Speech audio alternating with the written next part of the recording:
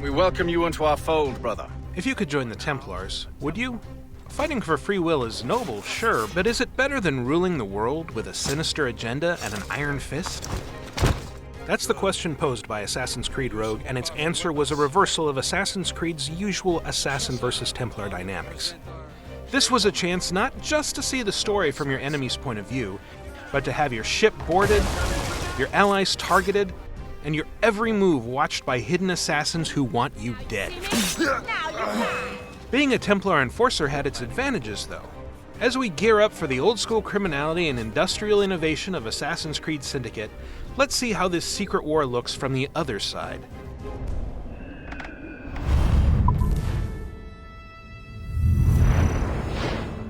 Taking place between Assassin's Creed IV Black Flag and Assassin's Creed III, Assassin's Creed Rogue introduced us to Shay Cormac, a man of uncertain convictions. I make my own luck.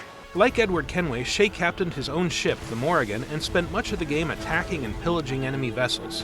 But they could now do the same to him, giving the naval battles a more unpredictable flow. Unlike Edward, Shay didn't get to float around in the tropics, instead plying the rivers and ocean around New York, the only major city in Assassin's Creed Rogue. While we'd visited the 18th century Big Apple before in Assassin's Creed III, this version was set before the Great Fire of 1776, so charred neighborhoods were replaced with stately buildings that gave the place a distinct feel. The landscape also came with a few new features, including swinging ropes, zip lines, and towers that Shay could climb with a few automated leaps. Let's go! Out on the water, the river valley felt like a wetter version of Assassin's Creed III's Frontier, dotted with towns and forests, but the North Atlantic was harsh and unforgiving, filled with dangerous icebergs, angry narwhals, and water cold enough to kill Shay if he swam in it for too long. The Morrigan carried some hot new armaments to counter these hazards, shooting iceberg-shattering explosive rounds from its bow and dumping flammable oil slicks from its stern. Otherwise, impassable sheets of ice could be cut through with the addition of an ice ram, and the Jackdaw's familiar swivel cannons were replaced with the Puckle Gun, a proto-machine gun that fired multiple devastating blasts in quick succession.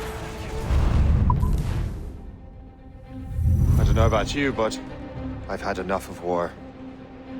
Then may I suggest you take the wheel? Also like Edward, Shay underwent a transformation over the course of the game. But where Edward went from a drunken pirate to an idealistic assassin, a disastrous turn of events shook Shay's faith in the Order and sent him into the arms of the Templars. Turning against Shay's former allies came with consequences. That's enough! With the biggest being that hostile assassins started turning up nearly everywhere he went. Taking a page from the multiplayer of previous Assassin's Creeds, their presence was heralded by ominous whispering. And you could find their hiding places by following a compass at the bottom of the screen. Failure to catch them first meant they'd jump out and try to stab you, giving you a first-hand taste of how Ezio, Connor, and Altair treated their Templar targets. I've come to collect the results of your experiments. Oh, well, it's a very good thing then. I just finished fixing the prototype. Here you go. The dark side had its perks, though, thanks largely to Templar cash and connections. In place of a blowgun, Shay had a silent air rifle that could shoot sleep and berserk darts, as well as firecrackers which could stun or distract enemies and light explosives on fire. Speaking of explosives, Shay later supplemented his arsenal with a grenade launcher, which shot sleep and berserk gas, as well as lethal shrapnel rounds that could open new paths. For their part, Shay's enemies upped the ante by deploying clouds of poison and sleep gas, forcing Shay to use a mask to stay alive. Let us make our stand, brothers! Assassin's Creed Rogue also turned the tables on one of its traditional side activities. Instead of taking on assassination contracts, Shay worked to foil them, standing between hooded assailants and people the Templars wanted to keep alive. He also brought urban renewal back to the series, paying to renovate condemned buildings.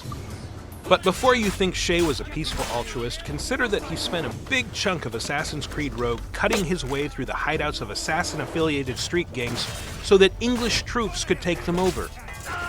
Shay was also the first protagonist who wasn't immediately penalized for killing civilians, instead attracting attention from bounty hunters if he accidentally blew up a bystander. I had such hopes for you, Shay. Achilles, I have to do this. Assassin's Creed Rogue was the linchpin that tied together the stories of Assassin's Creed 3, Assassin's Creed 4 Black Flag, and even Assassin's Creed Unity, giving a few fan-favorite characters one last turn in the spotlight before sending off the Kenway saga with an icy bang. As interesting as its changes to gameplay were, however, the biggest shifts Assassin's Creed would see came during the French Revolution of Assassin's Creed Unity, which will infiltrate in the final video of this series. Until then, keep it at UbiBlog for all things Assassin's Creed.